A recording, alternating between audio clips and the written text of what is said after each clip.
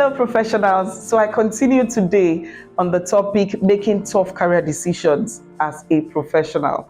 In the first part of this topic, I talked about what are the key considerations you need to have when you have a critical decision to make pertaining to your career.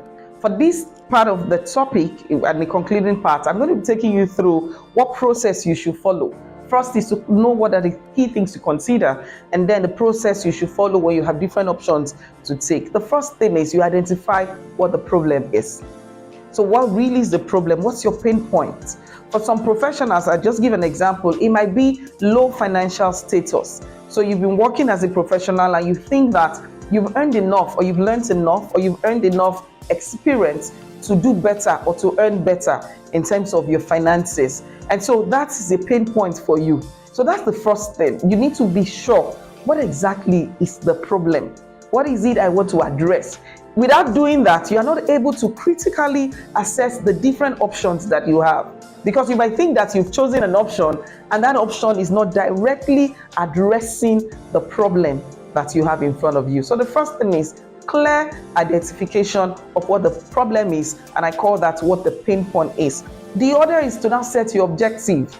Remember that we said the pain point at this point is the low financial status.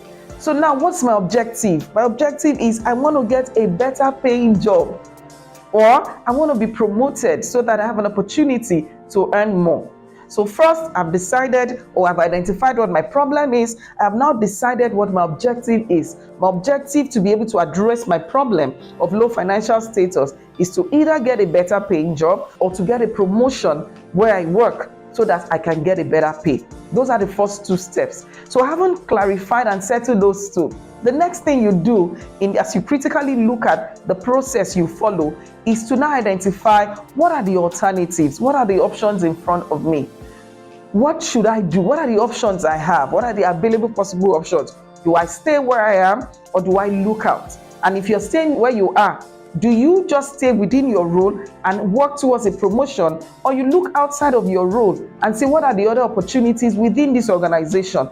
Or do I begin to put myself out there? What are the things that I will do to put myself out there so that I can be easily recognized by my target companies that I'm looking at? The next step you now want to take is to identify what the criteria that you will look at for each of the options are. And so when I say criteria, I mean what is the measure of success? Going back to the problem statement, which is the low financial status, for this particular criteria, and then the objective, which is to get a better paying job or to get a promotion, as the case may be. For that objective, one of the criteria might be that I want to get more money. Another criteria might be more time. Another criteria can be career advancement. So I've looked at the fact that these three things, if I have an option today that I want to consider to address this problem statement, it should have these three. It should give me more money, it should give me more time, and then it should also help me grow, have an opportunity for me to advance in my career. So having considered these things, these are the things you call your measures of success, or your criteria that you will now measure against the options. So what do? You look at your criteria against the options and you draw up a map. You map them together to say option 1, 2, 3. Option 1 for you might be an offer that you have, from a particular organization, while option 2 might be your current organization saying, oh, don't go, we have something great for you. We have this opportunity for you. Just 6 months down the line, we're going to do this. As a professional, when you get those kind of promises, either from the external employer or your internal company where you currently are, you want to put all the cards on the table.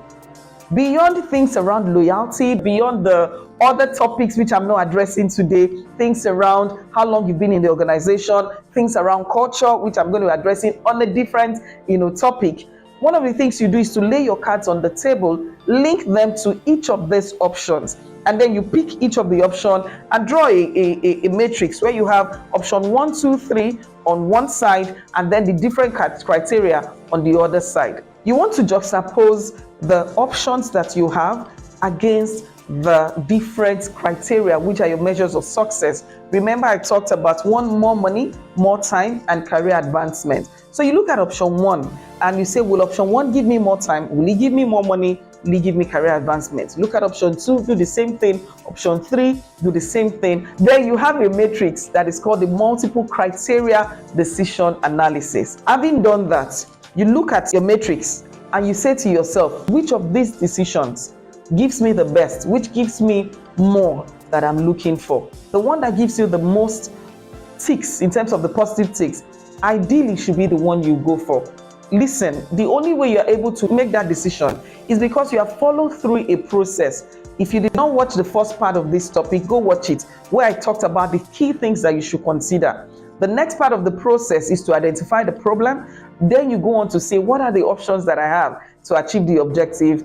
Again, the next step is for you to identify the measures of success before you're able to draw up this matrix of your multiple criteria decision analysis, and then you can select which one offers the best for you. I'll say this, even after you've done this, after you've looked at this, I'm a person of faith, so I always like to end it here. Sometimes there's a force that creates things in our favor that doesn't look like it.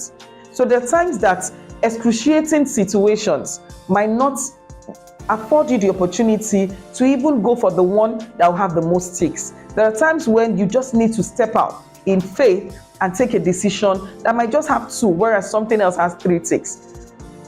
And believe God for it to turn out well. I hope that you've learned a lot from this series as you go on to take critical decisions in your career. I'm rooting for you and I'd like to hear your success stories. Thank you.